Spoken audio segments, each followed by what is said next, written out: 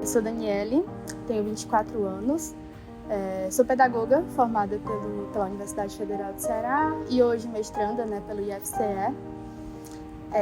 Trabalho prestando serviços para uma empresa privada. Meu nome é Davi, tenho 23 anos e formei no curso de jornalismo ano passado, exatamente há um ano atrás, E desde então sou bacharel em jornalismo. Meu nome é Camila Beatriz, tenho 21 anos, sou estudante de psicologia, sou natural de Ubajara. Ubajara é uma cidade que fica a 360 km de Fortaleza. E eu moro aqui em Fortaleza há 3 anos já. Vim para Fortaleza no finalzinho de 2019. Qual estudante já não se perguntou se deveria trancar o curso, mudar ou desistir? Além das preocupações que se amontoam nas decisões do nosso dia a dia, o que fazer depois de se formar? Será que eu terei emprego na área que eu passei mais de 4 anos estudando? A minha rotina sempre foi super conturbada, porque sempre tive que dar conta ali de trabalho, universidade, iniciação científica em paralelo, E agora no mestrado não está sendo diferente. Mesmo que você exija ali uma dedicação total aos estudos, ainda assim eu preciso trabalhar para conseguir manter minha casa e preciso assistir aulas, então continuo nessa loucura, de manhã estar trabalhando, no período da tarde à noite estar acompanhando aulas, sempre tentando fracionar o tempo e equilibrar ali as duas coisas. Tá uma rotina bem, como eu posso dizer, bem variada. Assim, eu acho que a palavra rotina não combina muito bem com o momento que eu estou vivendo, porque eu me encontro desempregado, de forma remunerada, apesar de sempre tentar, produzir conteúdo para minhas redes sociais de forma não remunerada e também estudar algumas coisas que eu estou fazendo, alguns projetos, a pós-graduação tal, que eu vou iniciar em julho.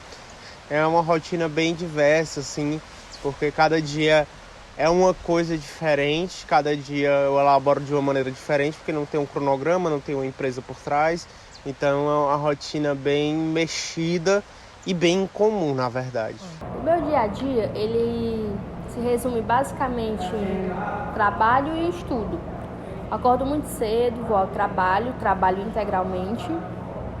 Aí após o trabalho, eu saio do trabalho, pego o ônibus, vou para a faculdade. Aí da faculdade, termino às 10 horas, eu vou para casa e é essa rotina. E, geralmente, às vezes, quando eu chego em casa, eu ainda tenho que estudar, se for cair alguma prova no outro dia e tal.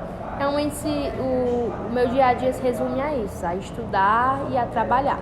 Infelizmente ou felizmente, na verdade, os meus pais acabam tendo que me sustentar de forma total. Assim, como não tenho nenhum trabalho remunerado, eles pagam as minhas contas e investem também para eu ter esses projetos futuros também na parte de estudo mesmo. Meu trabalho é na aldeota, mas como eu trabalho semipresencial, então são raras as vezes que eu preciso ir para lá.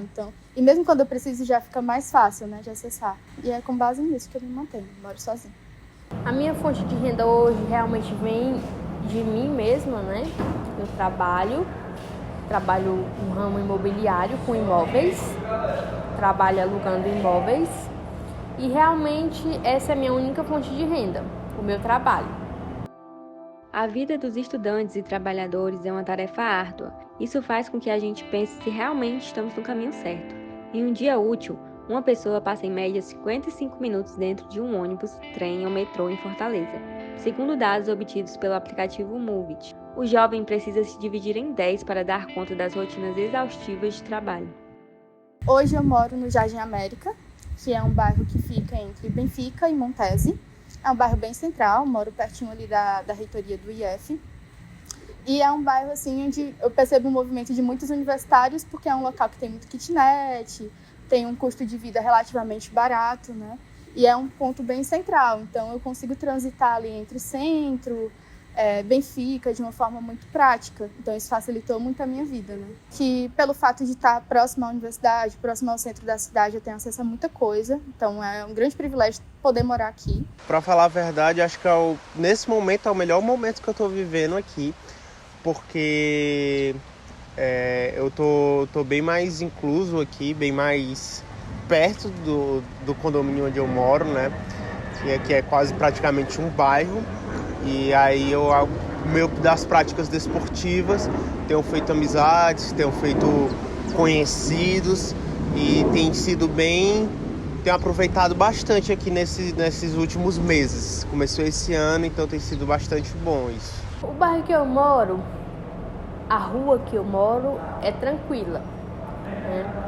Eventualmente tem algum assalto, alguma coisa, mas realmente o bairro em si, né, tem alguns pontos mais perigosos e tal, que realmente, até quando eu venho voltando da faculdade à noite, eu tenho medo, porque fica muito escuro, essas coisas, mas ele é tranquilo, relacionado a alguns outros. Hoje em dia, concluir um curso superior não é mais sinônimo de ter um emprego. 40% dos jovens brasileiros com ensino superior completo não têm emprego qualificado, segundo levantamentos da consultoria e dados como base na Pesquisa Nacional por Amostra de Domicílio, apurada pelo Instituto Brasileiro de Geografia e Estatística, IBGE. Mais de 500 mil trabalhadores entre 22 e 25 anos com diploma não exercem ocupações que exigem a formação superior. Com certeza, não pelo fato de habitar aquela escola, porque os meus pais, eles tinham muito a filosofia de que se eu tivesse uma escola particular, eu teria acesso a uma educação de maior qualidade do que o ensino público. Mas dentro da escola municipal, estadual, eu nunca senti falta de nada. Óbvio que existiam N problemas, né? E fui para a escola pública ali a partir do 6º ano. Mas tive acesso à cultura, tive acesso aos conteúdos que foram trabalhados com professores super capacitados, então foi uma educação de qualidade, não tenho nada o que reclamar em relação a isso. Mas os meus pais tinham essa crença, então mesmo que fosse ali uma escola de bairro, uma escolinha pequena, mas ainda assim eles estavam garantindo essa escola particular. Mas mesmo que fosse barato, né, não seja uma coisa assim tão significativa, mas eu me vejo sim numa posição de privilégio, porque eu não conseguiria ter conseguido conciliar essas coisas todas se eu tivesse que colocar comida na mesa. Então, eu conseguia ajudar a minha família com o dinheiro do meu estágio, mas não era a fonte de renda da minha família. Então, isso me deixou muito mais confortável para arriscar, para estar num trabalho de meio período e para conseguir traçar o caminho que eu tracei, né? Então, me vejo, assim, super privilegiada, tive um puto esforço para chegar até aqui, mas claro que isso ajudou. Cara, eu me sinto muito, muito bem, assim, é uma situação muito confortável e muito melhor do que a maioria da população.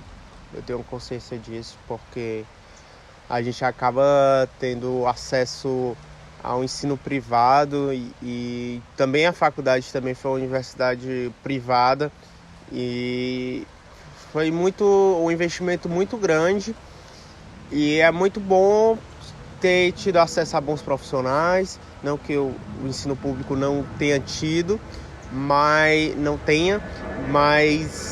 foram bons colégios que me prepararam para vários desafios, mas ao mesmo tempo também eu acho que eu me sinto um pouco pressionado, sentimento de frustração de ter tido essas oportunidades e estar desempregado no momento, assim, de talvez, será que não podia ter tomado outro caminho, outra decisão, ter escolhido outro curso, não sei, a gente fica pensando, né, já que eu tive acesso a tantas ferramentas de educação, que ainda continuo tendo. Eu acho que já foi, de certa forma, familiar, mas hoje meus pais mudaram bastante, até a questão de colégio mesmo, voltando à questão da educação, hoje eles veem que talvez os colégios particulares e os colégios tradicionais, grandes aqui do estado, eles têm uma filosofia muito, vamos dizer, de resultadista, capitalista, assim, e talvez eles tivessem me botado em outro colégio, porque eu estudei em turma especial também, talvez eles quisessem remanejar eu para uma turma comum, vamos dizer, do colégio, para não ter essa pressão. Mas hoje em dia, dado esse histórico, hoje em dia eu me pressiono bastante, porque eles não me cobram, mas eu me pressiono bastante para ter alguma saída financeira e caminhar com minhas próprias pernas. É até interessante que isso nunca foi uma prioridade para minha família, né? Então, o meu ensino médio, meu ensino fundamental, também a questão de por eu morar em uma cidade muito pequena, que os recursos eram bem restritos. Eu morava em uma cidade com 35 mil habitantes, como eu já mencionei. Livros, realmente o ambiente escolar era muito precário. O livro a gente tinha que dividir, então era algo assim bem restrito, né? Quando chovia, a sala alagava, os alunos tinham que sair. Realmente não era uma coisa que você tinha que ter muita força de vontade para conseguir sair do ensino médio e cursar a faculdade. Tanto é que a maioria das meninas e dos meninos que estudavam comigo na época, nenhum hoje cursam uma faculdade ou trabalham. Realmente ou estão desempregados ou nem estudam. A maioria, digo que 80% não conseguiram. Até porque no interior o estudo não é levado assim, não é tratado como algo prioritário na vida das pessoas, por ser algo difícil, né? A faculdade mais próxima lá de onde eu moro fica 2 horas. Você tem que viajar todo dia 2 horas para ir e 2 horas para voltar. Então, era algo muito distante da minha realidade, né? E eu tinha zero apoio. Então, realmente foi algo muito difícil e que eu tive que tomar uma decisão muito grande para conseguir correr atrás dos meus sonhos.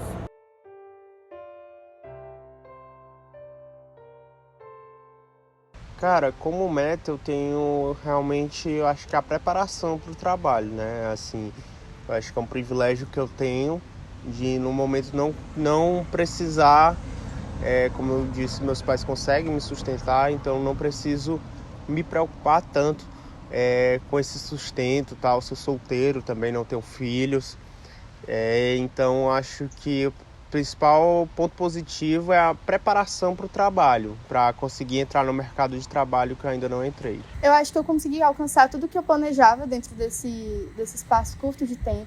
Então, dentro da minha graduação, consegui ter todas as experiências que eu queria ter, inclusive como bolsista, mesmo que meu cenário não favorecesse, né? Eu precisava trabalhar e ter a bolsa ao mesmo tempo, não conseguia ter uma coisa ou outra. E isso me fez alcançar o mestrado, né? Que é algo que me deixa muito feliz pessoalmente e que também me garante ali uma condição de vida relativamente melhor. Então, num concurso para professor, por exemplo, eu consigo ter uma posição mais confortável. Eu acho que o que mais foi complicado foi realmente dar conta de tudo. Então, a universidade nunca favoreceu o estudante trabalhador e sempre foi difícil manter saúde mental, tendo que fazer 1001 coisas ao mesmo tempo. Então, tinha dias que, para eu sair do meu estágio e ir para o laboratório de pesquisa, eu não conseguia almoçar, e para eu sair do laboratório para vir para a aula, eu não conseguia jantar. Então, passava o dia beliscando alguma coisa para conseguir ficar de pé e focar nas minhas atividades, né? Então, isso foi muito desgastante. Por várias vezes pensei ali em dar um tempo, não desistir do meu curso, porque eu sabia que não existia um outro caminho para chegar onde eu cheguei hoje. Mas foi uma situação muito, muito desgastante que eu não desejo para outras pessoas.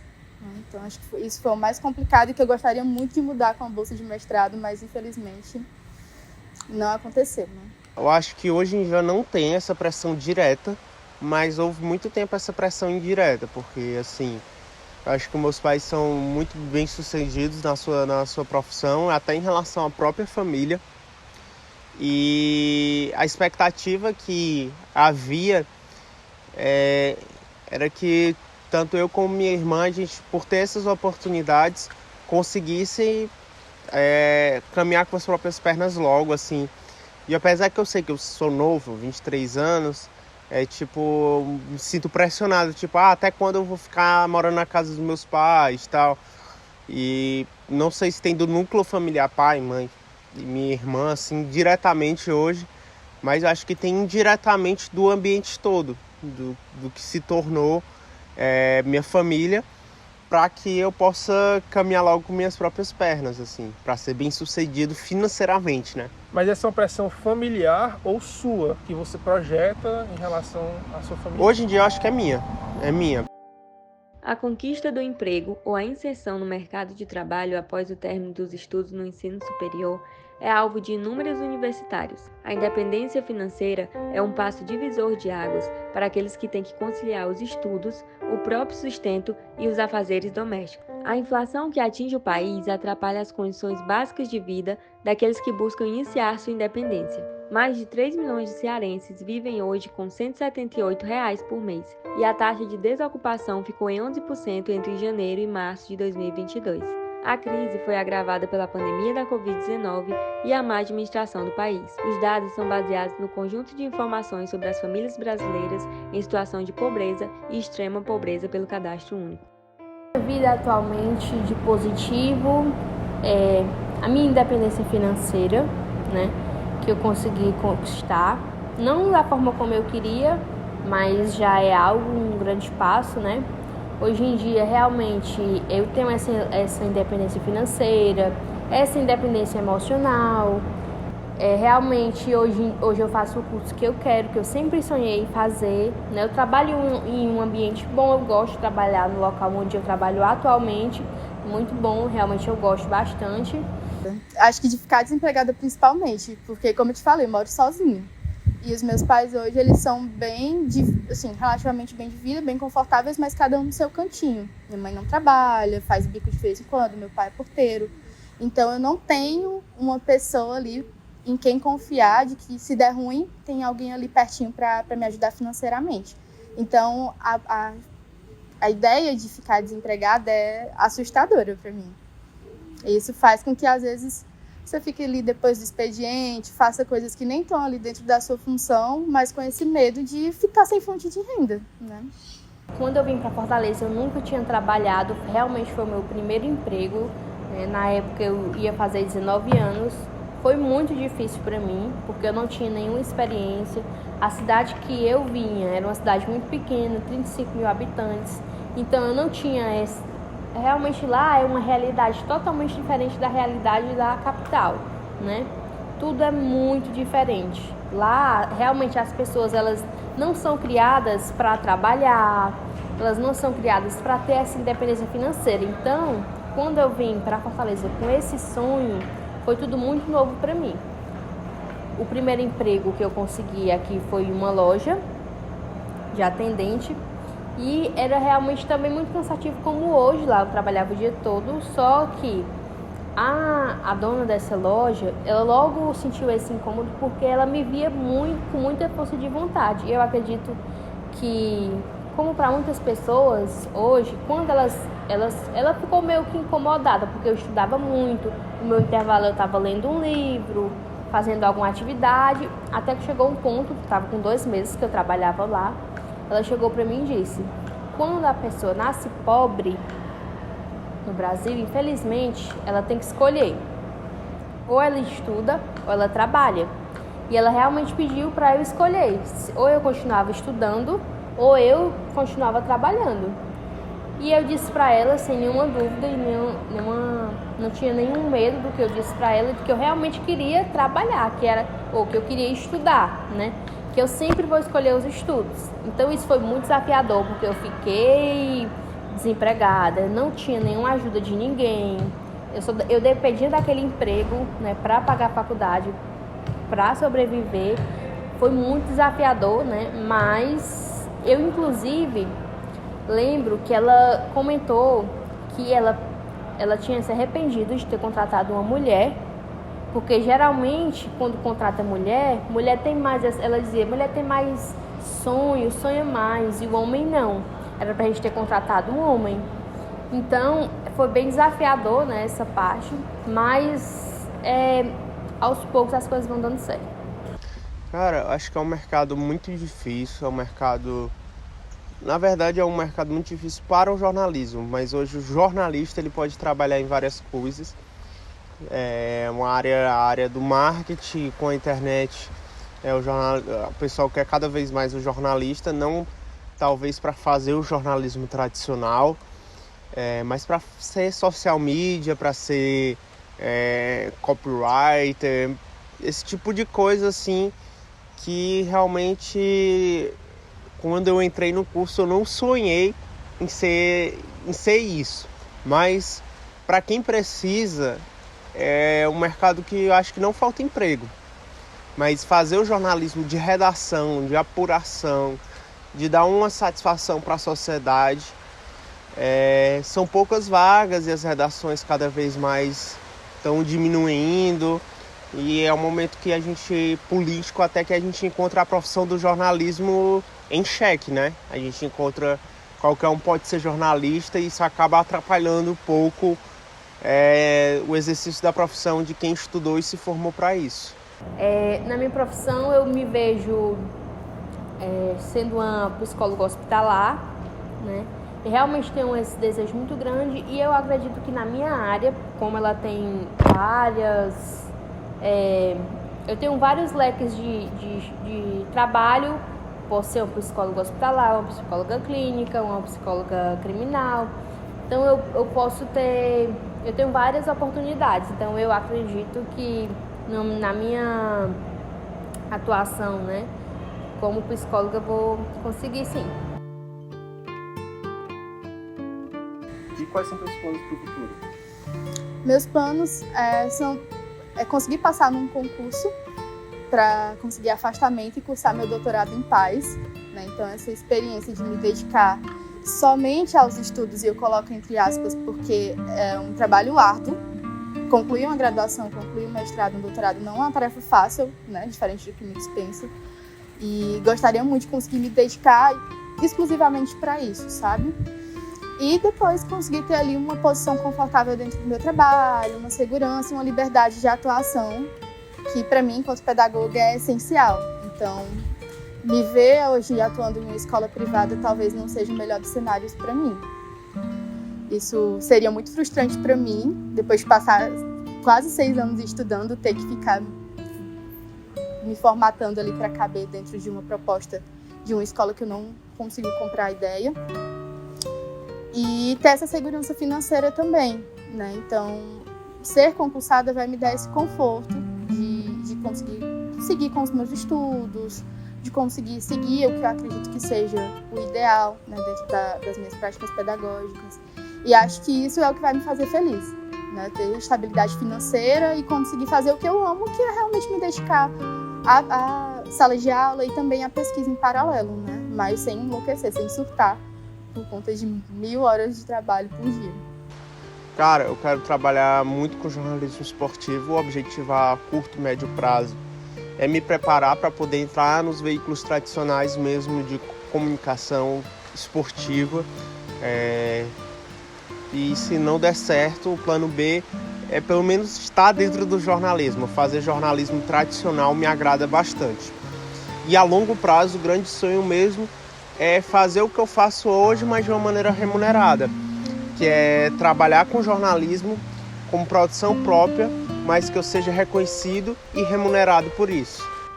É isso, basicamente é o que eu planejo para daqui a 2 anos, e vou ter 25, e eu acho que é um plano factível, é um plano, um sonho que eu estou executando em partes. Eu planejo que eu arrume um emprego na minha área, né? A princípio eu não quero realmente, como eu já falei, eu tenho um receio em já me formar e ir para uma clínica. Eu tenho esse receio dentro de mim, justamente por não poder dar o meu melhor. Eu pretendo estudar mais, me graduar, fazer uma pós-graduação, fazer residência, para me sentir realmente preparada para entrar no mercado, né? Realmente, esses são as minhas vontades quando eu me formar. Falta aí mais ou menos 2 anos e meio, mas vai dar certo. Enquanto uma parcela da sociedade consegue ter o apoio financeiro e emocional de uma rede de familiares, ainda é comum que boa parte dos jovens universitários tenham que batalhar e conciliar os estudos com o emprego. A realidade que existe no país não dá brecha para sonhar com dias melhores, mas se preocupar se amanhã será possível fazer as compras do mês ou guardar uma reserva financeira para emergência.